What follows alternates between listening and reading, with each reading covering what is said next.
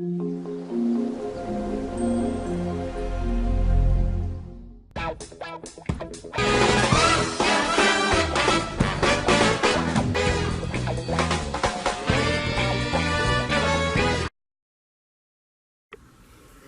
¿qué tal? Buen día, usuarios de la plataforma ICO 160.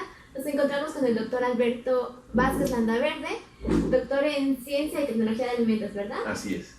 Bienvenido a la plataforma ICO 160. Gracias. Díganos, cuéntanos un poquito de usted.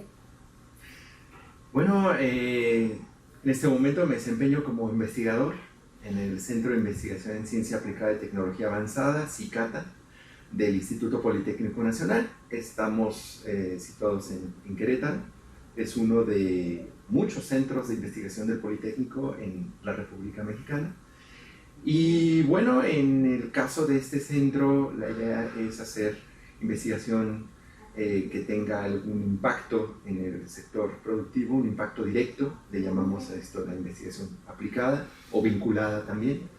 Entonces, ya llevo 10 años trabajando aquí. Y bueno, el área en la que me desempeño de manera específica es la química de sabores y fragancias.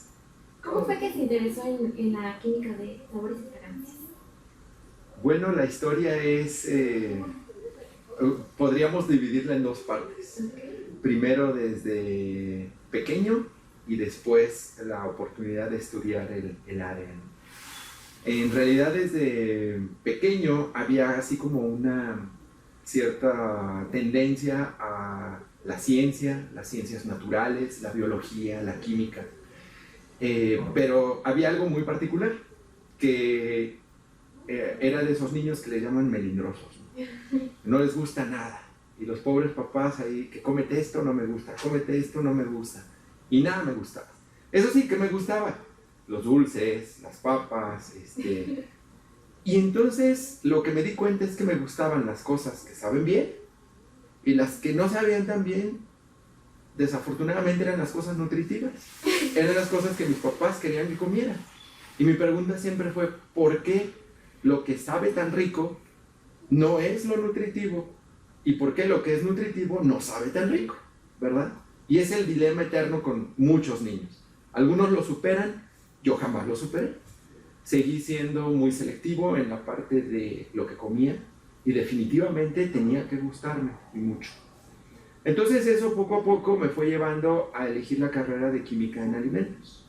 Porque cuando vi a algunas personas que trabajaban en esta carrera, en esta profesión, me di cuenta de que ellos podían hacer formulaciones de nuevos alimentos, de nuevas cosas. Y dije, qué padre, poder formular algo para que sea nutritivo, pero también para que sea rico, para que sepa bien. Y se acabe ese martirio de los niños de estarles metiendo el brócoli, de estarles obligando a que coman tal cosa, ¿no? De tal manera que entonces dije, bueno, pues esto es lo mío. Entonces así fuimos avanzando en los estudios, la carrera, la maestría. Y en el doctorado entonces para nada sabía que había una especialización que era la química de sabores y fragancias. Por supuesto que ya había tenido contacto con los saborizantes, con los aromas, etc., pero no con una especialización como tal. Y entonces es cuando en los estudios de doctorado encuentro que hay esta parte tan importante de la química de alimentos y decido estudiar. ¿Y cómo fue esta experiencia? Porque sabemos que fue en el extranjero, ¿verdad? Sí, así es. ¿Cómo fue la experiencia de estudiar este doctorado? Bueno, de alguna manera la podemos definir el doctorado en sí en el extranjero, con todo lo que conlleva, es muy interesante.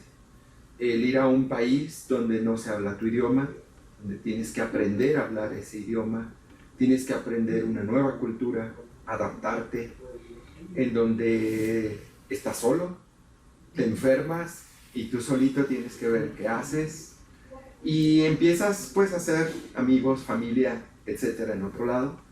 La forma de llevar la enseñanza es también un poco diferente, el ritmo es diferente, el nivel es el mismo. Eso es algo que sí me gustaría aclarar. El nivel académico es el mismo, el conocimiento es exactamente el mismo. Probablemente la única diferencia es la disciplina. Lo que yo me encontré es que en donde fui a estudiar hay muchísima disciplina y la gente es muy disciplinada en lo que hace, muy ordenada, muy puntual, muy terca en alcanzar sus metas, muy obstinada, le echa muchas ganas a todo, ¿no? No quiere decir que aquí no lo hagamos, pero definitivamente allá es parte ya de la cultura. Entonces, sí fue una experiencia bastante buena, muy recomendable, dura, difícil, como ya mencioné, ir a otro país y vivir en otra cultura no es fácil, hay que adaptarse. Y bueno, al final de cuentas eso dio algo muy padre, que fue obtener esta especialidad, que no existe un lugar para obtener esta especialidad aquí en México. Entonces hubo esa oportunidad de obtenerla en el extranjero y traérnosla a nuestro país. Perfecto. ¿Y en qué proyectos logró trabajar allá y qué proyectos está trabajando aquí? Bueno, mira, los proyectos han sido muy variados. Allá la tesis, el trabajo que hice de investigación fue en leche, porque hay algo bien chistoso. México es de los pocos países que acepta la leche extremadamente calentada, hervida, quemada, es más. ¿Por qué? Porque es el clásico aroma de leche bronca o leche cruda que se está hirviendo en la casa, ¿no? Digo, ahorita ya en casi ninguna casa vemos eso, pero a veces en la casa de la abuelita todavía tienen la leche bronca y hay que ponerla a hervir, ¿verdad? Para poder hacerla inocua, ¿no? Que no cause enfermedades. Pero ese hervor, pues es un sobrecalentamiento, no necesita tanto calentamiento la leche. Pero es la tradición, la hervíamos hacia la nata, hacia la espuma y bien rico todo, ¿no? Entonces es algo que nos recuerda así como el hogar. Pero en otros países, una leche con ese sabor cocido, con ese sabor quemado, es una leche de mala calidad que nadie acepta.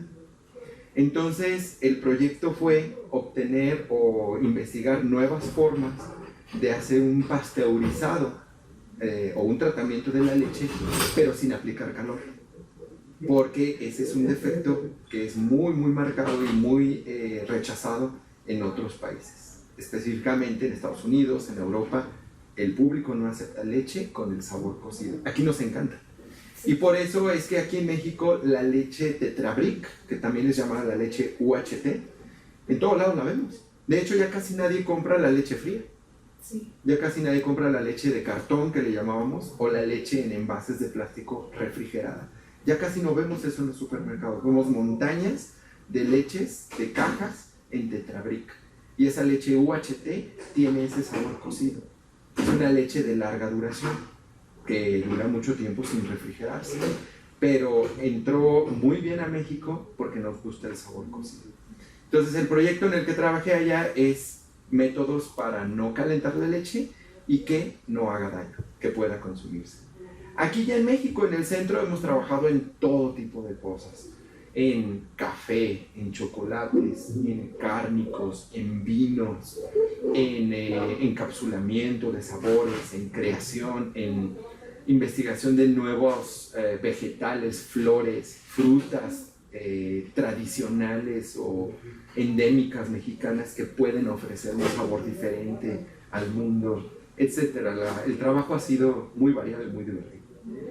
Nos han comentado que usted fue quien ayudó a que se construyera aquí en México el laboratorio de análisis y sabores, de sabores y fragancias. Sí, así es. ¿Cómo fue que inició ese proyecto? Bueno, mira, pues yo creo que como todo egresado de doctorado, te gustaría hacer trabajo en lo que estudiaste, en el área en la cual te desempeñaste. A veces sucede, a veces no. Y cuando llegué aquí a México y entré a trabajar a este centro de investigación, de primera instancia me di cuenta que tal vez no iba a hacer o no iba a ejercer la especialidad para la cual estudié, que probablemente tendría que adaptarme a las especialidades del centro y trabajar en alguna otra. ¿Esto a qué se debe? A que el equipo instrumental, todo el material, lo que se necesita de instalaciones para hacer investigación en sabores y en fragancias es muy caro, es costoso, es complejo, por supuesto, de importación, y lógicamente no lo había aquí.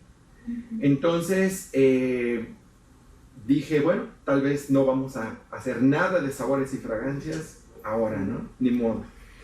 Pero poco a poco algunas personas fueron conociendo que teníamos esa especialidad aquí en el centro de investigación y les interesó. Y entonces llegó a tal punto el interés de las empresas en esta área que el Politécnico nos apoyó con nuestro primer equipo de instrumentación analítica. Entonces nos compró el Instituto Politécnico un equipo bastante bueno, muy sofisticado, con el cual pudimos empezar a hacer proyectos vinculados, servicios, tesis, etc.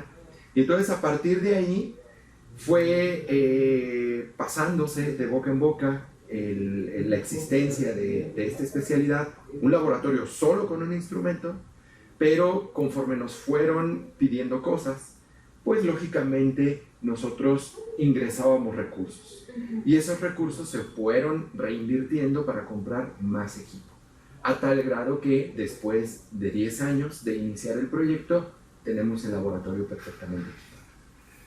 Muy bien, y ahora nos comenta que ha trabajado con varias empresas. ¿Cómo qué proyectos o con qué empresas ha trabajado? Bueno, mira, los proyectos con empresas siempre se manejan de manera secreta. Y eso es algo muy importante que tenemos que entender los investigadores. Estamos acostumbrados a que hacemos una investigación y publicamos una tesis, y vamos a un congreso y damos una conferencia, y etc. Eso no se puede hacer con proyectos industriales.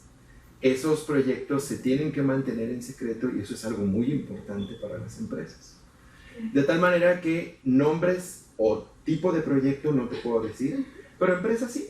Empresas, nosotros trabajamos para empresas muy grandes como Nestlé, como PepsiCo. PepsiCo involucra todo lo que es bebidas Pepsi, Gatorade, Gamesa, Quaker, los dulces Sonrix, Sabritas. Trabajamos para empresas de café, para empresas de cárnicos, de vinos. En fin, realmente en este momento le damos servicio tanto analítico como de investigación a más de 50 empresas en el país. Es un número bastante grande. Sí, claro, sí. ¿Y cómo es que trabajan esos proyectos en el laboratorio? ¿O quiénes están involucrados en los proyectos de ese laboratorio? Bueno, mira, de primera mano yo estoy ahí. Me encanta estar en el laboratorio, prefiero estar en el laboratorio en vez de la oficina. Sin embargo, a veces hay trabajo administrativo pues, que se tiene que hacer. Pero si por mí fuera, me la vivía en el laboratorio. En el laboratorio tengo una persona que ha sido contratada precisamente para apoyar en toda esta parte de los servicios y los proyectos con la industria, dedicada de tiempo completo a esto y que ha aprendido a través de las metodologías y toda la enseñanza que le he podido dar en el centro. También los estudiantes nos ayudan mucho. Los estudiantes tienen, por supuesto, su proyecto específico para hacer su maestría o su doctorado, y ese proyecto normalmente es de iniciativa propia. Pero además, para que ellos vean algo que tiene una aplicación inmediata, incluso algunos de ellos han logrado ver productos en la televisión o en internet que hemos desarrollado aquí, y ese sentimiento es muy bonito. Saber que trabajaste en algo que está ya vendiéndose, que ya se aplicó, es algo muy padre. Entonces, con mucho gusto, los estudiantes nos apoyan también en los proyectos. A cambio, obtienen, por supuesto, todo el aprendizaje de resolver un problema, de desarrollar un producto, y eso les ha dado toda una formación, aparte de la académica que les damos, una formación ya bastante aplicada. Y que además ha dado la oportunidad de que la mayoría de nuestros estudiantes, cuando egresan, se van a trabajar a las empresas con las cuales trabajamos. Hay un enlace entonces con los chicos y las empresas también. Sí, por supuesto. Ellos me acompañan para recolectar muestras, cuando voy a dar algunos exposición de resultados o cuestiones así. De tal manera que la empresa los va conociendo, sabe cómo trabajan y cuando están titulados entran a la empresa, si es que así ellos lo desean, pero normalmente así es. ¿Y qué características deben tener esas personas? Los estudiantes, Bueno, pues tiene que ser gente muy activa, tiene que ser gente positiva. Me gusta mucho rodearme de gente positiva. Cuando alguien es pues mal encarado o negativo o le pone mucho el pero a las cosas, pues realmente es difícil que logre algo. Y cuando uno quiere trabajar vinculando con la industria, eso es lo que menos se necesita. Porque el trabajo es duro, el trabajo es complejo, es de mucha responsabilidad, y si uno no tiene una actitud positiva, entonces es difícil. La preparación es importante también. Mis estudiantes de maestría y doctorado deben de tener una carrera afín, de preferencia química, y excelente promedio. Entonces, posteriormente, pues simplemente ganas, ¿no? Ganas de trabajar. ¿Y qué características se adquieren con la parte de fragancias o aromas en la parte, no sé, física, sensorial? Bueno, mira, no sé, ¿te refieres a que, por ejemplo, si alguien puede mejorar su sentido del olfato o algo así? Ahí entra ya mucho el concepto de, por ejemplo, los catadores. ¿Tú has visto alguna vez algún catador? Sí. ¿En dónde? Por lo regular con los del café. Ok. Fíjate. Es todo un ritual, ¿verdad? Hacer una cata de café es un ritual. De hecho, hasta hacen un sonido extraño, así como de turbina. Cuando sorben el café, no lo tragan, lo escupen. De hecho, prueban el café molido. No es soluble, no lo cuelan. Es interesante. Los catadores y los mejores catadores nacionales o a nivel mundial nacen. Tienen ya un sentido del olfato, un sentido del gusto extraordinario. Y lo único que sucedió fue que viven en un entorno del café, por ejemplo. Y entonces aprenden todo desde niños. Tal vez sus papás cultivaban el café o lo cosechaban, y ellos crecen en un cafetal, crecen en un beneficio del café y aprenden todo eso. Descubren que sus sentidos son únicos, son muy sensibles, y se vuelven los catadores principales. Pero todo el mundo podemos ser un catador. Solamente que si no tenemos de nacimiento esa sensibilidad, no podemos llegar a ser de los mejores. Pero nos podemos entrenar. Y aquí, en nuestra área, entrenamos catadores, si le pudiéramos llamar, artificiales, que pueden o no tener sentidos del gusto y del olfato sensibles, pero los podemos entrenar a un nivel en que los hagan a la mayor sensibilidad posible para ellos de manera física. Entonces, hemos entrenado catadores para todo tipo de productos, porque no puede haber un catador, o bueno, tal vez sí lo hay, pero no para todos los productos que existen. Normalmente se especializan en un producto. Estos catadores que nosotros entrenamos se llaman panelistas sensoriales. Y entonces sí lleva toda una serie de entrenamiento, de enseñanza, de práctica, hasta el momento en que están listos para hacer una prueba sensorial. Ya no le llamamos cata, sino una prueba o un análisis sensorial. Así es. ¿Mejoran sus percepciones? Por supuesto. Porque muchas veces olemos algo y decimos, huele, hijo, no sé, pero huele bien. ¿En qué entrenamos a los panelistas sensoriales? A que sepan definirlo, a que tengan más vocabulario, a que reconozcan, sí huele bien, pero no sabía que a eso huele el sándalo, por ejemplo, que a eso huele el pachuli, que a eso huele el jazmín, porque nunca había olido un jazmín, o al menos no la flor como tal, pero ya el aroma yo ya lo sabía. Entonces el chiste es que tengan más vocabulario, que reconozcan los aromas, los sabores, y lo puedan decir. Todo esto se nos hace muy interesante porque es una rama que tal vez muchos no conocemos, precisamente porque es algo que en México tal vez no se ha dado a conocer de manera general. Pero cuéntanos también, ¿ha tenido algún reto que superar? ¿Cómo lo superó? Sí, claro, mira, yo creo que el mayor reto en esto fue ganar la credibilidad de la industria, del sector productivo. Porque, pues bueno, desgraciadamente en México todavía sigue muy desarticulado o muy desvinculado la industria y la academia. Y tiene su razón de ser. la academia se desenvuelve en un ambiente diferente y la generación de conocimiento, el estudio, tiene un ritmo diferente.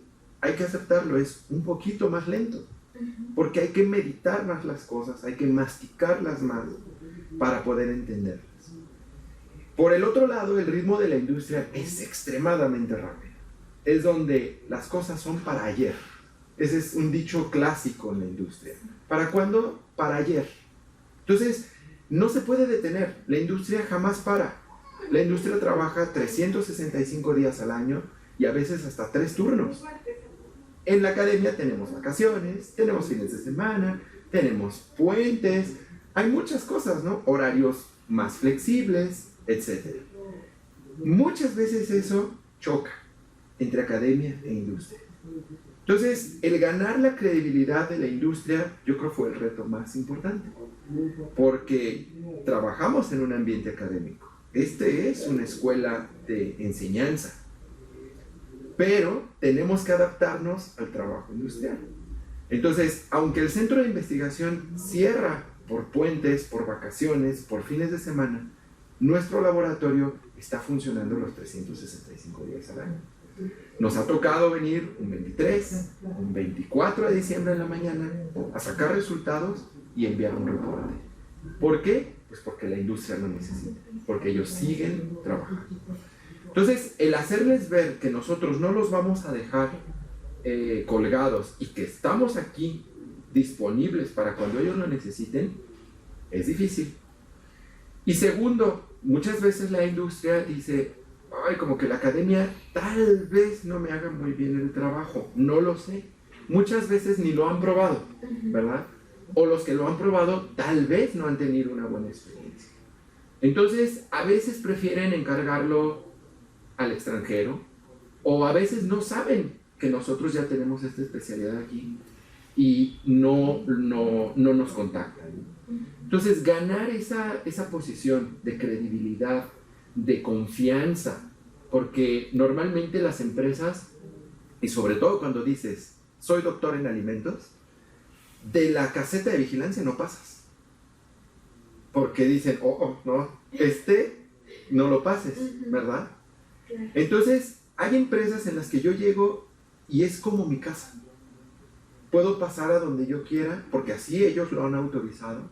Saludo a toda la gente y me consideran como parte de la empresa. Pero eso ha llevado años de que de la caseta de vigilancia me tenían hasta ir demostrando que no revelamos secretos, que trabajamos bien para ellos y que año con año ha crecido esa confianza. Entonces, yo creo que ese es el reto más importante. Adaptarse al ritmo de trabajo de una empresa, del sector industrial, y ganarse la confianza. ¿Y algún mensaje que nos pudiera dar, aparte de compartir toda esta experiencia que usted ha vivido y que durante estos años pues también ha compartido con el Politécnico Nacional y con sus alumnos? ¿Algún otro mensaje que quiera compartirle a nuestros usuarios? Bueno, no sé, yo creo que no hay secreto, ¿no? Para tener éxito hay que trabajar. Y yo lo que quiero hacer es invitar a nuestros estudiantes a que trabajen duro. Porque es el momento, porque es la edad, porque tienen la fuerza, porque tienen todo a su alcance. Yo les digo a mis estudiantes, tienen el mundo a sus pies. Ustedes dicen qué es lo que quieren. Hay becas al extranjero, hay trabajos en el extranjero, hay muchas oportunidades, hay trabajos aquí en México, hay muchas cosas. Lógicamente hay que prepararse. Hay que prepararse bien académicamente, hay que aprender inglés, hay que desarrollar personalidad, hay que saber hablar en público. Eso requiere un esfuerzo, pero es el momento de hacerlo.